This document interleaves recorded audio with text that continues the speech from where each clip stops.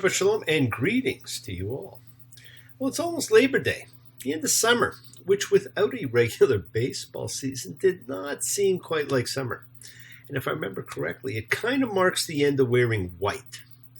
And you would not want to be caught making a fashion faux pas. But of course, there's an exception, and that exception is on Yom Kippur. And as we approach it, I'll explain why. And knowing that Yom Kippur is coming, it tells us that it's now just 3 weeks to the high holidays. The Yamim Noraim, the days of awe. Remember, you will have to approach them differently this year. You'll be running and observing your own service. And we'll get to that in a minute. And every week as it approaches, it's when you will gather as a family or a small group to mark the time of great introspection. Just as now is when we all gather as a group to focus as individuals coming together, gathering in the collective consciousness of seekers, showing faith and love as a community, a chavura of fellowship, supporting each other as we express our nature of kindness, compassion, thoughts, feelings, hopes, dreams, and wishes that unites us all in this community house of spirit, Beth Ruach, sharing and bringing light, keeping fear at bay. So once again, please do go ahead and invite everybody, physically, digitally, psychically, emotionally, spiritually, any way you can to gather and share from Psalm 133, the Hinei Matov. Come together. Hinei Matov, U'Menai, Shevet Achim Gam Yachad. Hinei Matov, U'Menai, Shevet Achim Gam Yachad.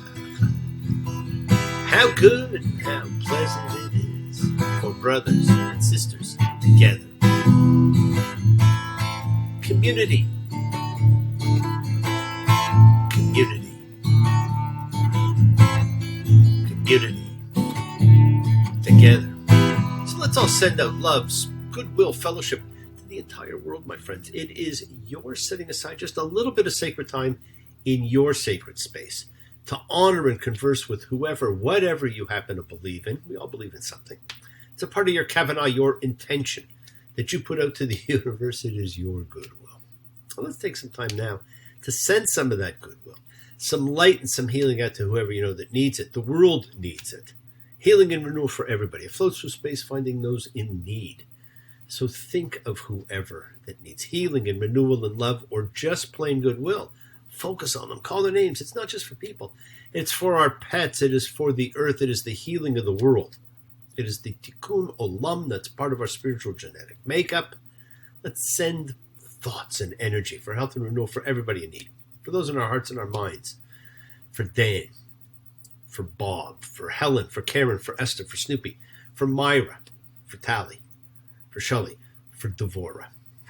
Friends, it is the kindness, the healing wishes, the goodwill and love we all send out. It just circles the world, finding those in need. So thank you, each of you, for all you do, for all you care, because the world's a world of spirit, and spirit, my friends, never dies. Me, Shabbat,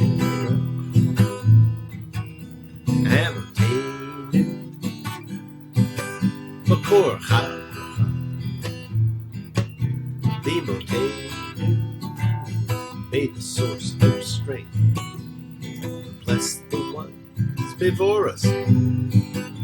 Help us find the courage. Make our lives a blessing. The renewal of body. The renewal of spirit. And I say, Amen. Misha Baruch, let us all have our spirits renewed. This is the great prayer for healing, which we call upon God to heal as He's healed before. Misha Baruch, may He who blessed, because all healing's a blessing. So let's send and receive healing and renewal energy in our efforts to love, to share, to care, to grow. Now, as I had said last time, that every week we would talk a little bit more about Rosh Hashanah to help you prepare, and I've emphasized that this will be a very different one, and that any of you who have not experienced this, well, it's going to be unlike anything you've done before. There's no tickets to get, there's no crowd to fight, and that is how it was always meant to be. You'll have to know more about what it is than you otherwise would have to. You can't just coast and turn the page that somebody calls out. You'll be calling out the page, and I'm going to help you know the pages, and more importantly, I'm going to help you know why. But for now, let's talk about how they begin. Rosh Hashanah. It means head of the year, Rosh Hashanah. But we tend to call it New Year's. We say Shana Tova, a phrase that means good year, but people take it as a Happy New Year, even though it's not Happy New Year. Well, it's not really originally New Year's. It is now. It's kind of a hybrid kind of New Year. It does wish a good year. Like I say, originally not chronologically. And that's affected it in the sense of the spiritual year. You get to reset your soul. That's really what it's all about. You get 2 opportunities a year, and this is the reset button. Now, there's a phrase that's used during this period between Rosh Hashanah and Yom Kippur, during these 10 days of awe, and it's a phrase that you say to anybody you meet, and it's Ketiva Vachatima Tova. And it's a phrase meaning a good inscription and sealing. On Rosh Hashanah, 3 books are open. The book of the righteous, the book of the evil, or wicked, and the book of the intermediate. Now, 2 are pretty obvious, and your name is inscribed in one of these books. And you look at that mirror of self, you contemplate your life, your status, your standing. And on Yom Kippur, it's sealed. You have those 10 days before it's sealed to take any steps you need to take. And in the blink of an eye, you can change your life. In the blink of an eye, you can move mountains. Now, I also told you, it's not referred to as Rosh Hashanah in the Torah. Its biblical name is Yom Teruah, a day of blasting, horn blasting, the horn being the shofar. So why is this holiday, with no real name and no real purpose, listed in the Torah to be held on a specific day? And why is it the first day of the 7th month? Well, it was a great placeholder holiday designed for healing, for reviewing, and for judging.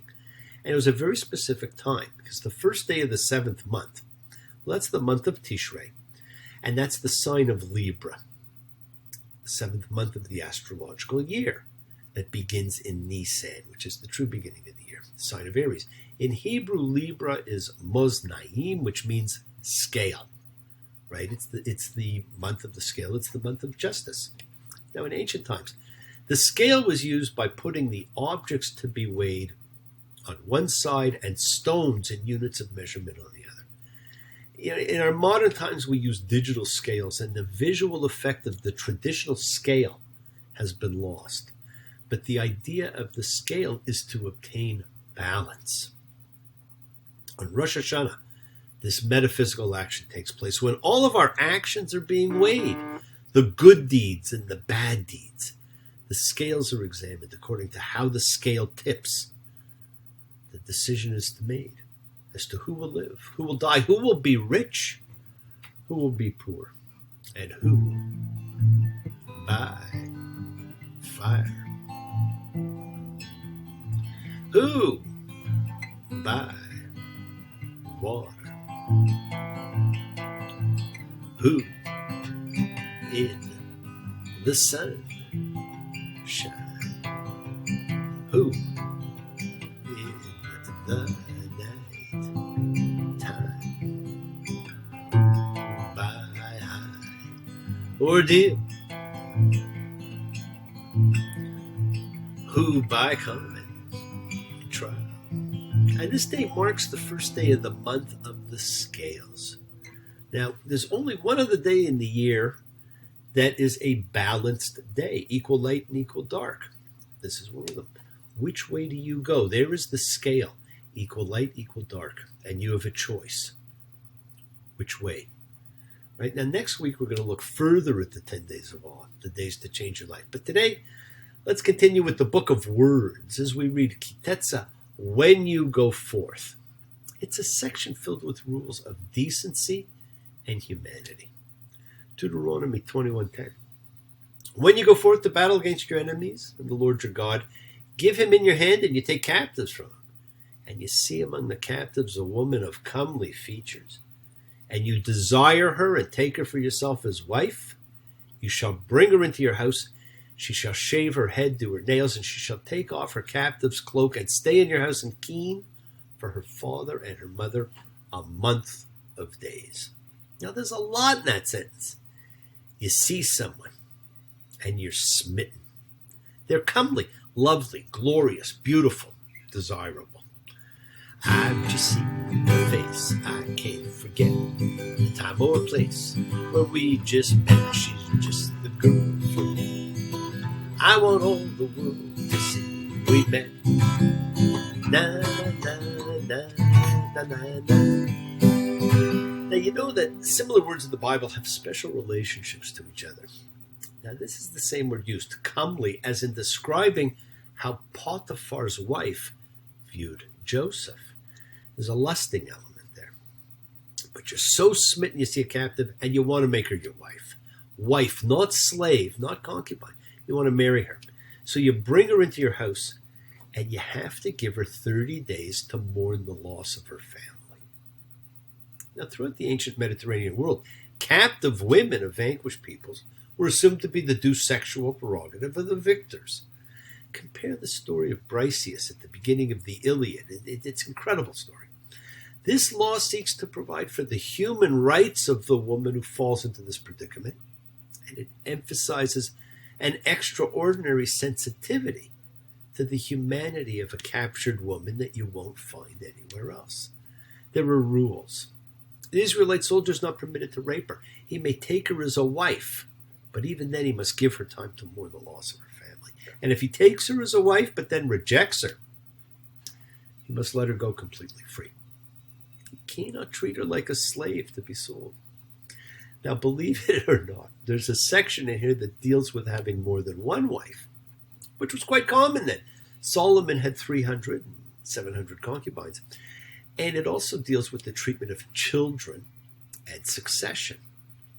Deuteronomy 21:15. Should a man have two wives, the one beloved and the other hated, and the beloved one and the hated one bear him sons, and the firstborn son be the hated ones? It shall be on the day he grants estate to his sons of what he has, he shall not be able to make the beloved one's son the firstborn over the firstborn son of the hated one. Now, we'd seen this throughout the entire, history of the Torah, everything we read.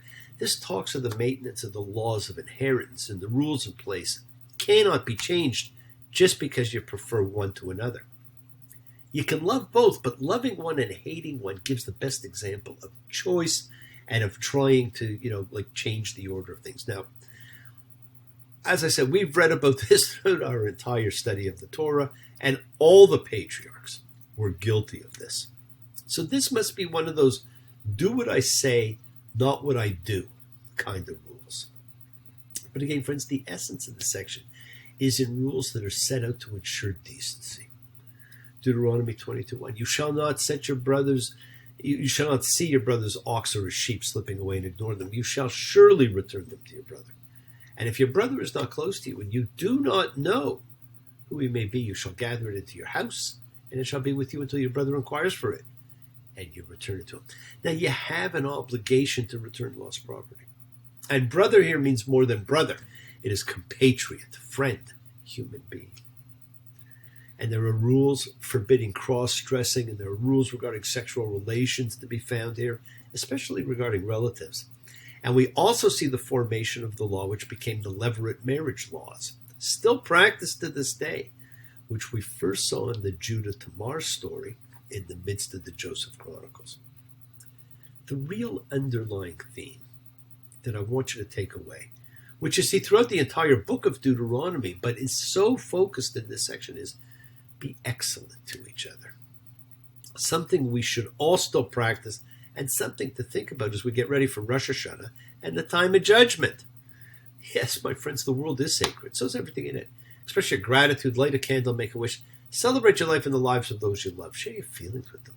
Live free, be free, honor your freedom, be well, be happy, be blessed. Share and honor the light, and all who live in the light and continue to shine.